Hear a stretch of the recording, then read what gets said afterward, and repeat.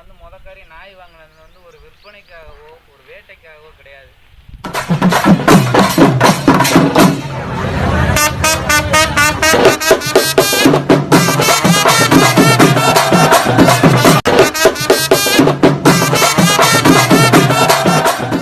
வேஷமில்லாத உண்மையான அன்பு தாங்க நம்மளை எப்போவுமே தேடி வரும்னு சொல்லுவாங்க.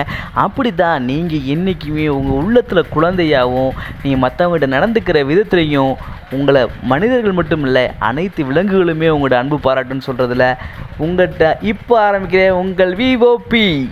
நம்ம இந்த சிப்பிப்பாறை வீடியோவை எடுக்கும்போதே முக்கியமாக நம்ம கிஷோர் அண்ணன் பண்ணையில் இருக்கக்கூடிய சில சிறப்பான வெளிவிடாத அனைத்து வீடியோக்களும் இந்த வீடியோவில் பிகைண்ட் ஷூட்டாக இணைச்சிருக்கேன். மறக்காமல் பாருங்கள் மக்களே.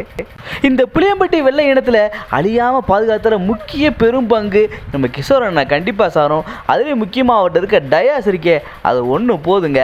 நம்ம புளியம்பட்டி வெள்ளை அந்த ரகத்தை பேர் சொல்கிற அளவுக்கு இருக்குங்க.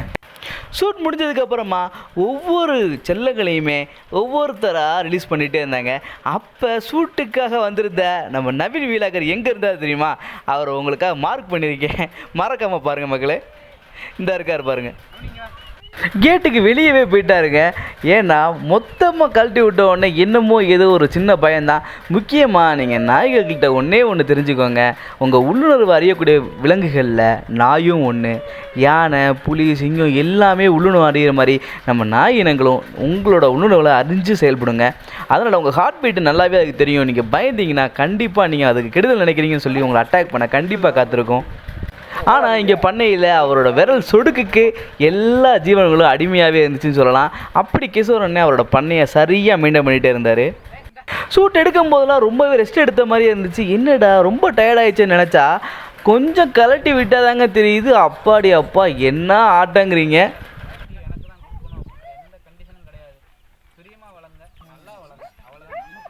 முக்கியமாக ஒரு இனவெளியை காப்பாற்றுங்கிறது சும்மா சாதாரண விஷயம் இல்லைங்க.